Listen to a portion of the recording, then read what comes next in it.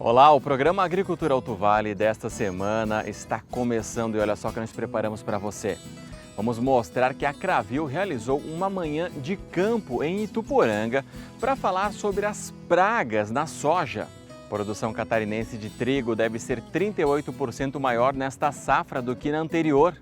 Nas reportagens que marcaram 2022, direto de Itaió, vamos relembrar a incrível relação de amizade da Alice com o chocolate branco. E nunca é tarde para realizar um sonho. Tem também um exemplo de superação e amor à música que vem lá do Vale Norte, em Dona Ema. Você vai conhecer a família de Ituporanga, no Vale Sul, que diversificou aí a propriedade, claro, de olho no turismo rural. Entre os atrativos, tem coleta de ovos e o contato com as ovelhas. Se aproxime no sofá e vem comigo no programa Agricultura Alto Vale desta semana.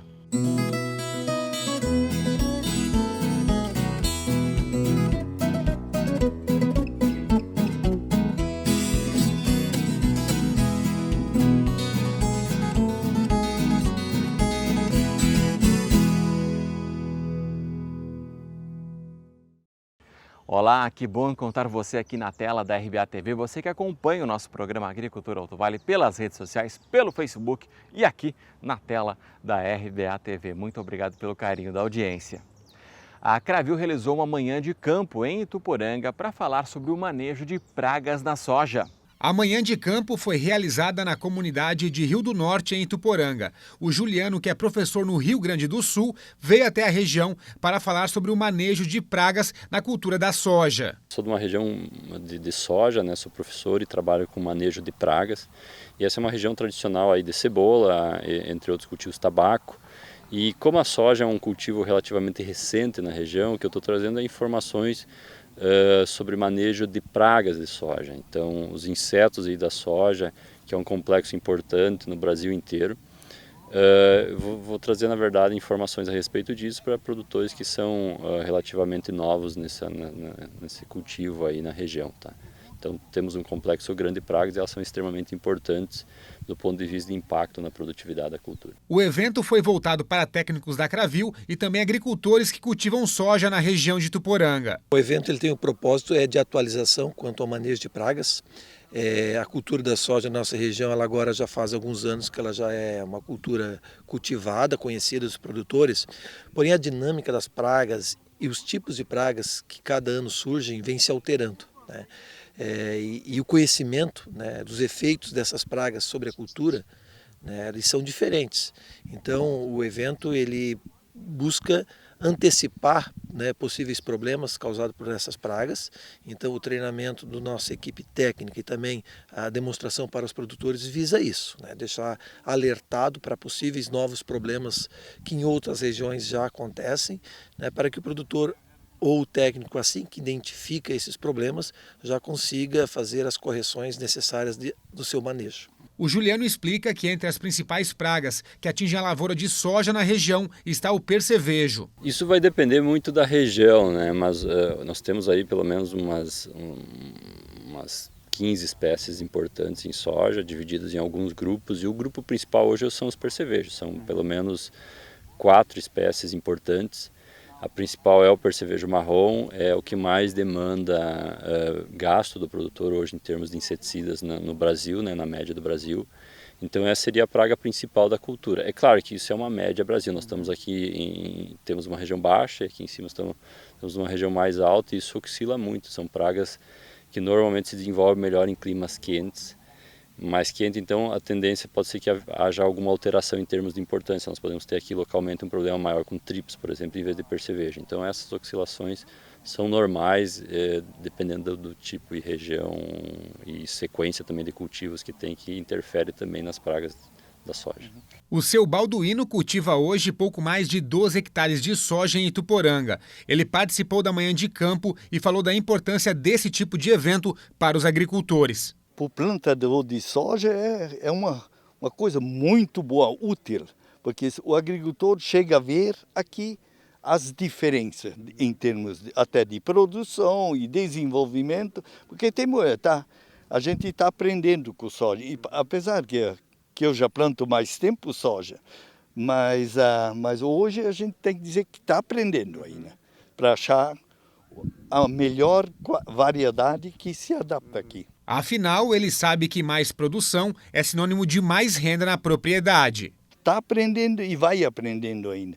Porque quando eu comecei, cheguei a colher 50 e poucos sacos. E daí o meu plano era chegar a 100 sacos. Mas não cheguei ainda. Ano passado eu tinha uma área de 94 sacos, mas não cheguei no 100. Mas a gente vai chegar lá. Segundo a Cravil, a área plantada de soja aqui na região do Alto Vale tem crescido nos últimos anos.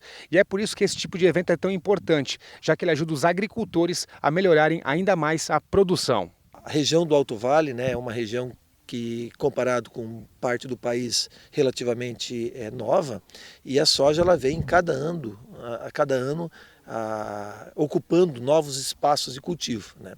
A área de atuação da cooperativa é na região do Médio Vale, Alto Vale, região serrana, e em todas as regiões há uma expansão, né? Em alguns casos, novas áreas, abertura de áreas de pastagem, ou até mesmo retirada de reflorestamento, né? A soja tem entrado como uma cultura interessante para o produtor, né? E também outras regiões, não somente o Alto Vale, né, que tem ampliado, né, as áreas de cultivo. Apesar das pragas que podem atrapalhar a produção de soja, o Juliano explica que com o manejo correto é possível manter a sanidade da lavoura. Dentro da cultura da soja aí nós vamos ter os problemas fitossanitários, seriam a questão de plantas daninhas, a questão de doenças e a questão de pragas, todas elas são manejáveis. Hoje nós temos alternativas, ou a maior parte dessas pragas são manejáveis, hoje nós temos alternativas biológicas ou químicas para manejar. É possível desde que o produtor acompanhe a lavoura e no momento adequado entre com o manejo mais apropriado para aquele determinado grupo de pragas ou aquela praga específica. E o Brasil deve responder por mais de 1/3 de toda a safra de soja do mundo em 2023. Olha só. Os números aparecem em 2 dos mais importantes órgãos que monitoram a produção agrícola.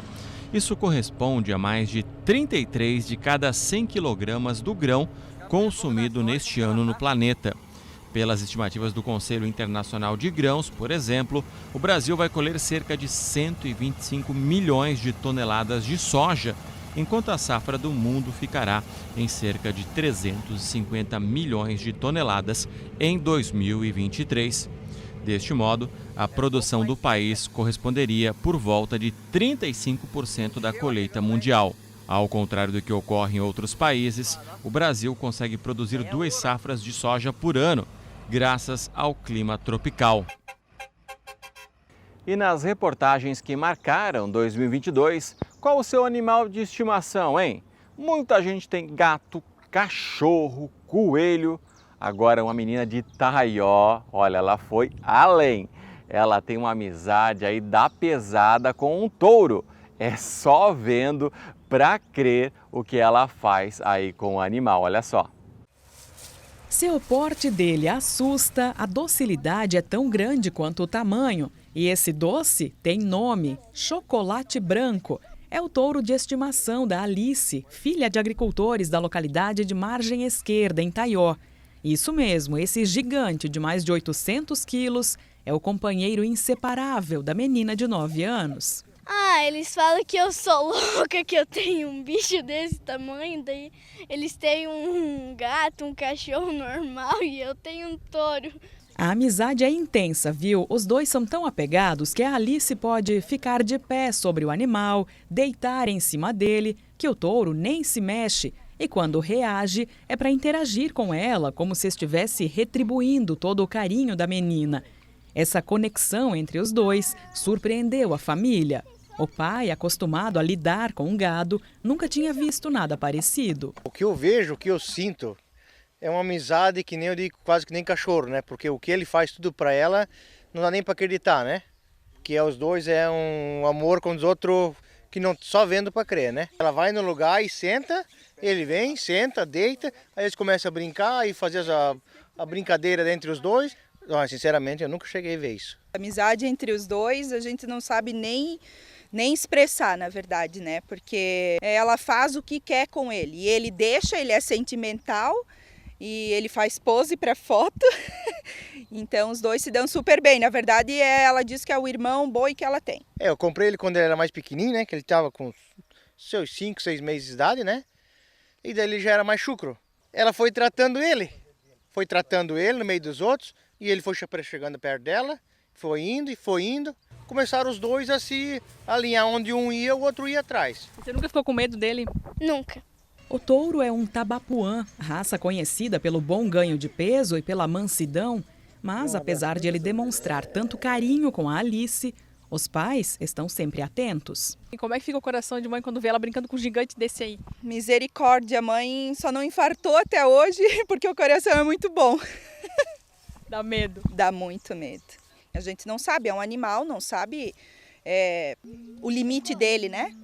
O limite dela a gente impõe, né? Dá uns berros, chama atenção. Do animal a gente não tem como limitar, né? Por isso vocês estão sempre de olho, assim, ela vem brincar com o touro, mas o pai tá por perto, estão sempre aqui. Com certeza, a mãe fica de longe, né? Mas a mãe só berra, o pai fica na calmaria, na tranquilidade, porque sabe que a gente acredita que com ela ele não vai fazer nada, né? E foi justamente por medo de que acontecesse alguma coisa com a menina que a família decidiu se desfazer do touro, mas não adiantou. O mais incrível dessa história é que, como o pai da Alice negocia gado, o touro foi vendido quando tinha pouco mais de 1 ano. Aí ficou fora aqui da propriedade por 1 ano e meio e acabou voltando. O reencontro dos dois foi emocionante e a relação de amizade da Alice com o chocolate branco se tornou ainda mais forte.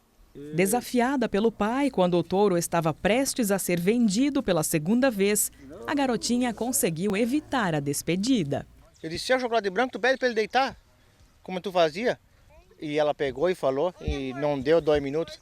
Tava ela e o boi no chão, tudo junto, e daí? Tu vai fazer o quê? Era só o desespero da mãe e da avó e depois do pai e a mãe, do desespero que ela estava no meio do boi. Tá aí hoje esse romantismo entre os dois aí que não tem quem diz agora, né? E como o chocolate branco virou o xodó da propriedade, o pai não deve se desfazer dele tão cedo. Agora vai ficar aí, por enquanto vai ficar aí sim. Porque essa amizade aí não tem dinheiro que pague, né? É teu amigão? É, meu amigão de verdade.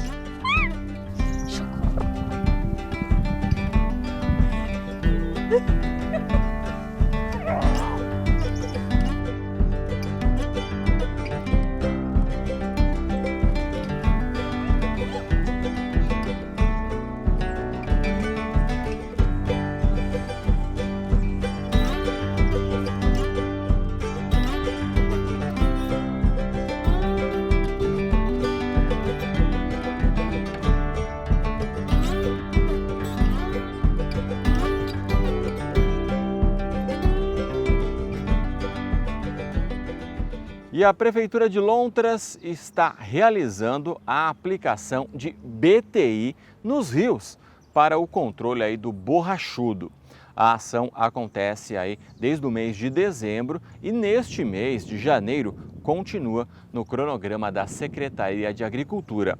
O BTI é um produto biológico e serve aí para combater a incidência de larvas do mosquito.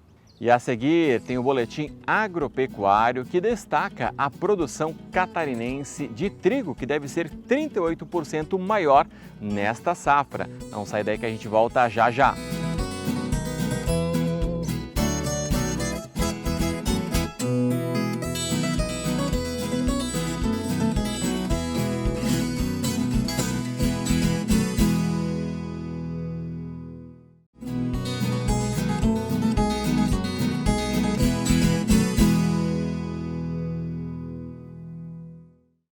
E Santa Catarina alcançou em 2022 o melhor índice de exportações de suínos desde o início da série histórica aí da Epagri-Cepa.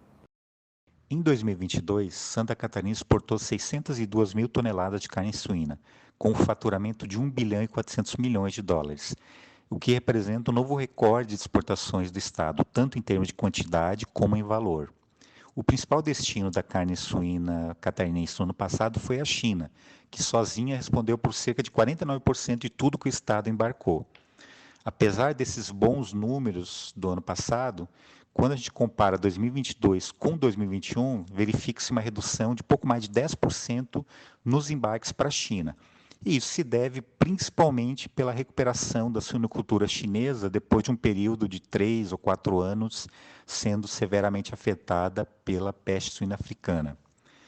Essa redução, essa queda nos embarques para a China foi compensada pelo crescimento das exportações para outros países, principalmente as Filipinas, que aumentou em 138% a compra de carne suína de Santa Catarina, e o Japão, que teve um aumento de 80% nesse mesmo período.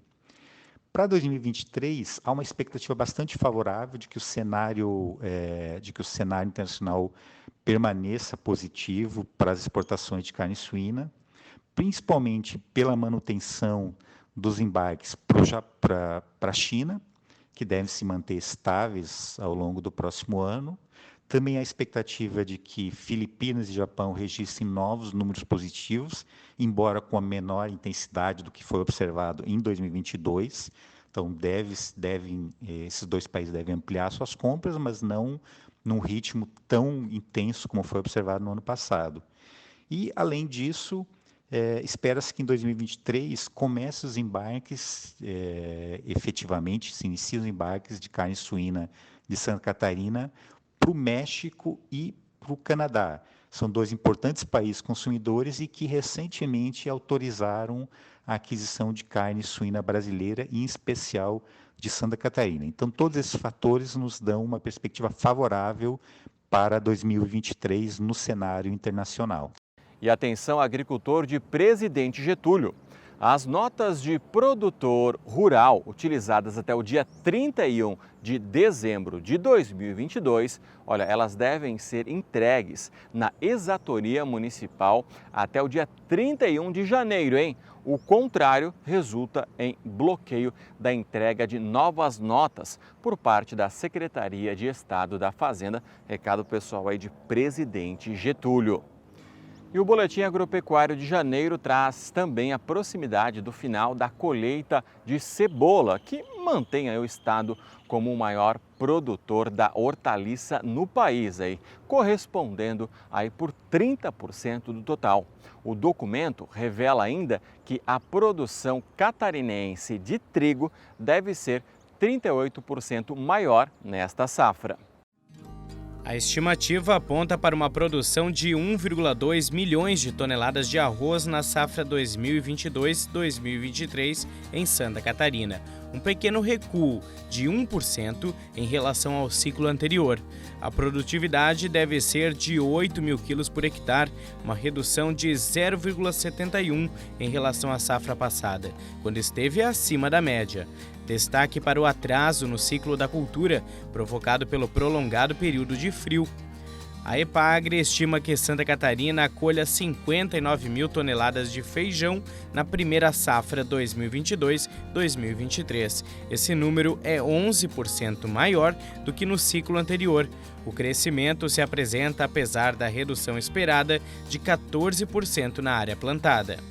Os técnicos da Epagre atualizaram a estimativa de produção de milho aqui no estado, na safra, de 2,7 para 2,6 milhões de toneladas. Os fatores climáticos já influenciam na expectativa da produção inicial, em especial o frio prolongado. A safra 2022-2023 de trigo em Santa Catarina deve ser de 480 mil toneladas, volume 38% maior do que no ciclo anterior, quando o estado produziu 347 mil. O aumento reflete o crescimento de 36% na área plantada, passando de 102 mil hectares para os atuais 139 mil. A colheita da safra catarinense de cebola se aproxima do final. Devem ser produzidas em Santa Catarina pouco mais de 514 mil toneladas de cebola nesta safra, um volume superior ao ciclo passado, quando foram produzidas quase 496 mil toneladas da hortaliça. O desempenho mantém o estado como o maior produtor de cebola do país, respondendo por cerca de 30% do total nacional. Tomando por base o que ocorreu até setembro, estima-se que as indústrias brasileiras adquiram uma produção de leite no mínimo 6% menor em 2022 do que em 2021, o que representa cerca de 23 bilhões de litros. Nos últimos 10 anos, esse índice só foi inferior em 2013 e 2016. E nas reportagens que marcaram 2022, nunca é tarde para realizar um sonho, hein? Tem um exemplo de superação e amor à música que vem de Dona Ema.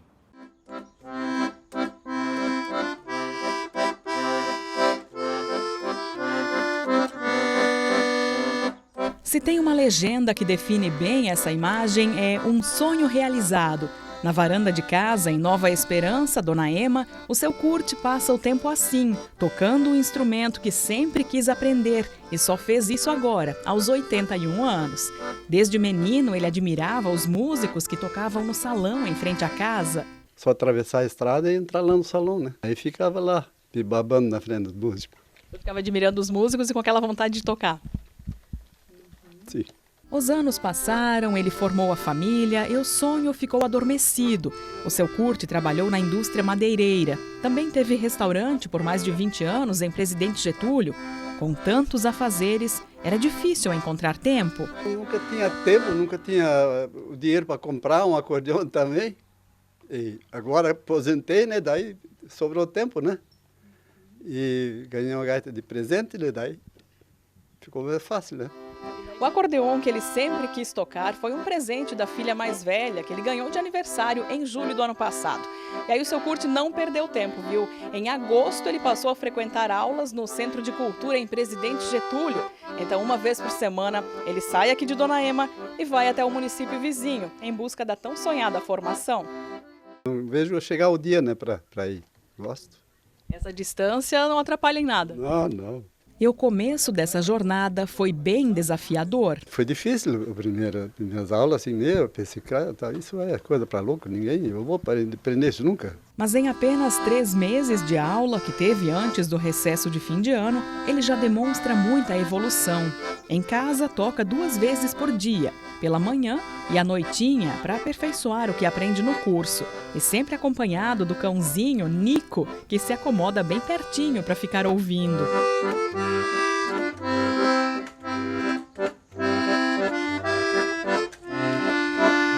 E o acordeon chegou para trazer um pouco mais de alegria para o seu Kurt num momento triste da vida dele, a despedida da esposa, Dona Adelina, com quem compartilhou a vida por 56 anos. Foi bom porque antes ele ficava com a minha mãe ali, né, assistindo novela, depois ele não tinha mais o que fazer. O acordeon chegou para acalentar o coraçãozinho do pai depois da partida da companheira. Sim, foi bem bom para ele. E assim, entre o teclado, os baixos e os acordes que aprende, o seu Kurt vai encontrando novos motivos para sorrir e seguir a vida. Para nós do Centro Municipal de Cultura é um prazer enorme, né, estar aqui realizando o sonho do seu Kurt de tocar o acordeon. Nunca é tarde para aprender alguma coisa, né? Quero aprender mais, né? Quero aprender bem. Claro que não virar um profissional, né? Mas para mim, tocar para mim mesmo.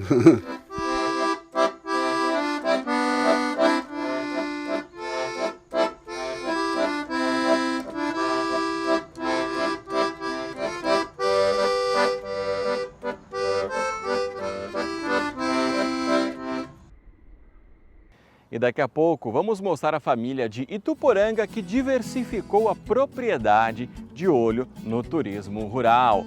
Destaque aí entre os atrativos, a coleta de ovos e o contato com ovelhas. Não sai daí que a gente volta já já.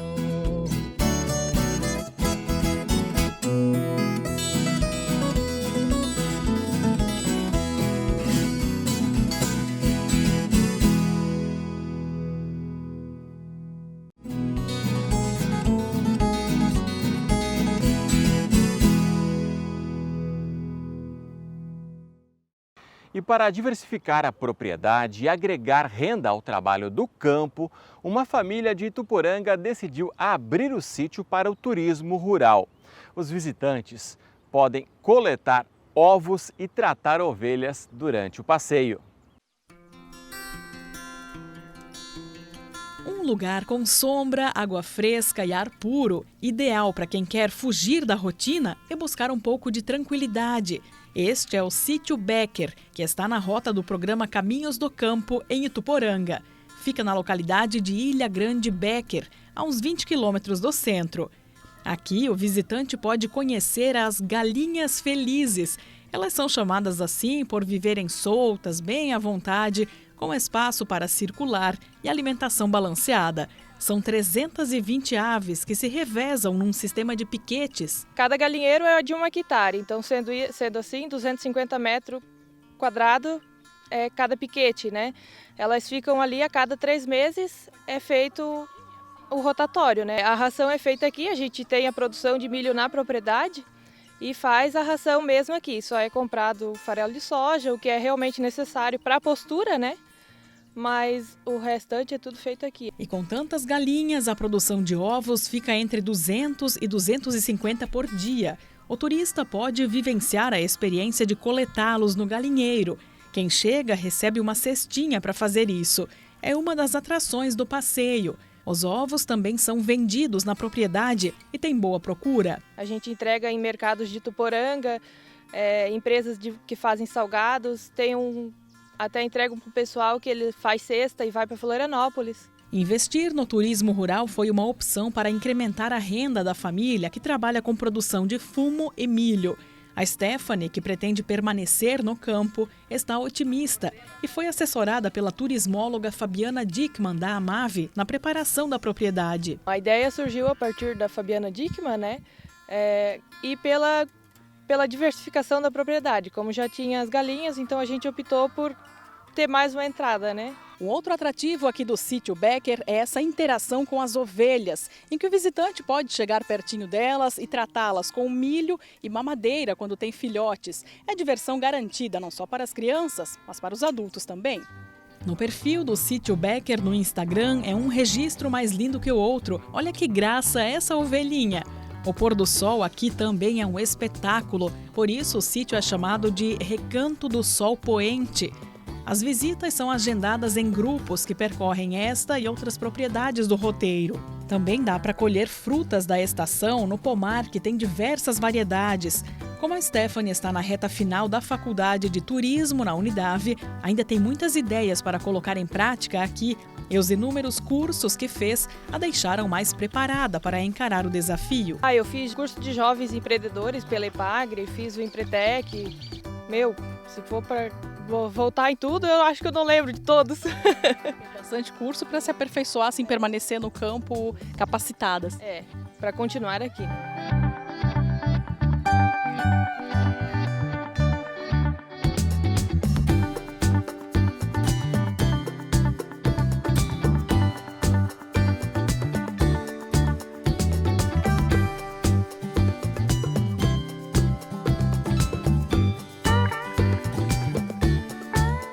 O programa Agricultura Alto Vale termina aqui. A gente lembra que todas as reportagens estão disponíveis na nossa página no Facebook. Dá para curtir, comentar e compartilhar.